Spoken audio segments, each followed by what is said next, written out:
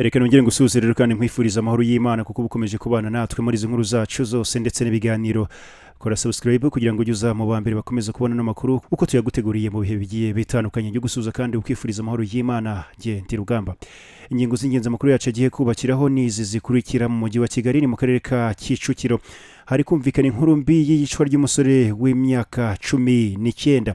Nanone kandi urwego rw'igihugu rw'ubugenzacyaha ruratangaza yuko rumaze guta muri yombi umunyamakuru ukurikiranyweho gusambanya umwana w'umukobwa utaruza imyaka 18. Reka nagenze nkuramburira hano makuru yose nizere yuko turi kumwe. Isano. Umusore witwa Rwakaza Edouard ari mu kigero cy'imyaka 19 y'amavuko wari utuye mu murenge wa Masahaka ahanga akabari mu karere ka Kicukiro yishwe n'umuntu bikekwa yuko yari umujura wamutemaguye haryamye mu gicuku cyangwa se mwijoro ubwo yabasangaga hariya mu rugo rwabo. Uyu musore yishwe mwijoro ryo kuri uyu wa karindwi ku itariki ya 7/2021 byaje kugaragara yuko ashobora kuba yishwe n'abajura kuko televiziyo yaratunze yaje kuburirwa irengero nyuma yaho ubutabazi bukorewe. Rwakaza Edouard yabanaga na mushiki we. Amakuru agera mu gitangazamakuru cy'igihe tunakesha ino nkuru havuga yuko uwo musore na mushiki we babanje kwikanga umujura batararyama, bamukabukiye bagira ngo yaje kugenda naho yihishe muri kano gace. Uwo mujura ngo yarongeye kugaruka hagana mu rukerera uyu musore na mushiki we basinziriye, yica urugi yinjira muri iriya nyubako ahita yica nyakwigendera kuko yari yaraye mu ruganiriro cyangwa se muri saro. Bikaba rero bikekwa yuko ashobora kuba yaramwikanze undi akaza guhita amukubita umuhoro mu mutwe akaza guhita hagwa aho ngaho. Umunyabanga nshingwabikorwa w'umurenge wa Masaka ni Bwana Segatashya Alex yabwiye itangazamakuru yuko iperereza ryahise ritangira kugira ngo hamenyekane wishe uriye musore wari ukiri na mutoya. Bwana ibingibi akaba habitangaza agira ati bagize ngo yagiye naho yari hakiri muri ruriya rugo. Nyuma yo kwikanga umujura w'umuhungu yiryamiye mu ruganiriro nibwo n'umujura rero yaje kugaruka yasinziriye amena idirishya yica urugi undi amwikanze ahita amutemagura.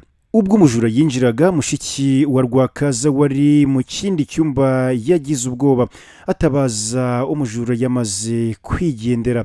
Ibingibi byakaba yabitangaje agira ati yaracicitse nyuma hatabaza umuturanyi atabara bajyana umurwayi ku bitaro bya Masaka. Hagezeyo nabo bamwereza Kanombeje ariko bigeze mu masaa 3 za mu gitondo batugezaho amakuru yuko yamaze kwitaba Imana. Ubwo urumva ko ari byari bivuye ku bikomere yari yatemwe n'uno mugizi wa nabi. Segatashya umunyamabanga nshingwabikorwa nyine yavuze yuko bikekwa yuko ubujura bwaba bwarakozwe n'uwari umuzamu w'inzu umuryango wa nyakwigendera wari umaze igihe gitoya uguze. Ibingibi aho yaje kubitangaza agira ati harakeka umuzamu warindaga inzu babagamo kuko bahimukiye vuba kandi bigaragara yuko waje kwiba yari azaho urugi barwicira. Inzego z'ubugenzacyaha rero zikaba zarahise zihagera bundi zigatangira iperereza. Reka twifurize nyakwigendera Rwakaza Edouard kuruhukira mu mahoro kandi twihanganishe umuryango we dore yuko babuze umwana ukiri mutoya cyane. Reka dukomereza amakuru yacu ku nkuru ivuga yuko RIB yamaze guta muri yombi umunyamakuru ukekwaho gusambanya umwana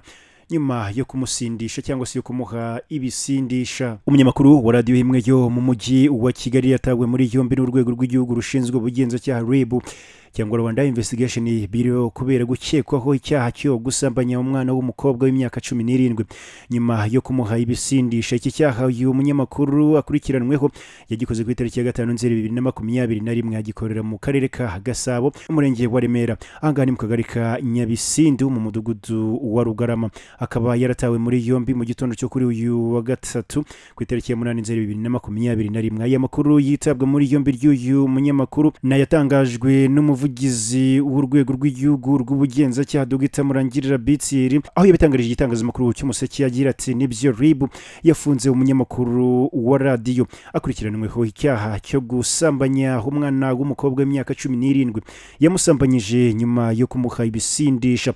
Umuvugizi w'urwego rw'igihugu rw'ubugenzacyaha Dr Murangirira Bitsiri yibukije ko batazihanganira uwo ari we wese wishora mu byaha by'ubugome byo gusambanya abana, hasaba buri wese gufatanya n'urwego rw'igihugu rw'ubugenzacyaha mu guhashya abasambanya abana kuko ari amahano. Aho ibi ngibi yabitangaje agira ati abasambanya abana ntabwo tuzabihanganira, ntabwo tuzagoheka kubarwanya no kubakurikirana ngo baryozwe ibi byaha. Buri wese mu kazi akora afatanye na RIB duhashye abasambanya abana. Iki cyaha ni amahano kandi kigomba gucika mu muryango nyarwanda. Abantu badufashe duhashye ibi byaha aho bibera mu makaritsiye, mu mashuri ndetse n'ahandi hagiye hatandukanye. Yakomeje avuga yuko iki cyaha kigomba gucika kuko umuryango nyarwanda na RIB batazakomeza kwihanganira ko gikorerwa abana b'u Rwanda. Uyu munyamakuru akaba afungiye kuri sitasiyo y'urwego rw'igihugu rw'ubugenzacyaha ya Remera kugira ngo iperereza rikomeze ngo akorerwe dosiye ishyikirizwe ubushinjacyaha. Itegeko rigira icyo rivuga ku bijyanye n'iki cyaha nuko icyaha cyo gusambanya umwana gihanishwa n'ingingo ya 4 itegeko nomero 69/2001 ryo kuwa 8 z'ukwa 11/2019 rihindura itegeko nomero 60/2018 ryo kuwa 30 z'ukwa 8/2018 riteganya ibyaha n'ibihano muri rusange. Uhamijwe n'urukiko iki cyaha cyo gusambanya umwana ahanishwa igihano cy'igifungo kitari munsi y'imyaka 20 ariko kitarenze imyaka 25. Nyemerera nsubikiriye amakuru ahangaha, mushimira kuba wayakurikira andi makuru nakagaruka. Imana ibarinde kandi bishimye cyaho. Bye bye. Isano.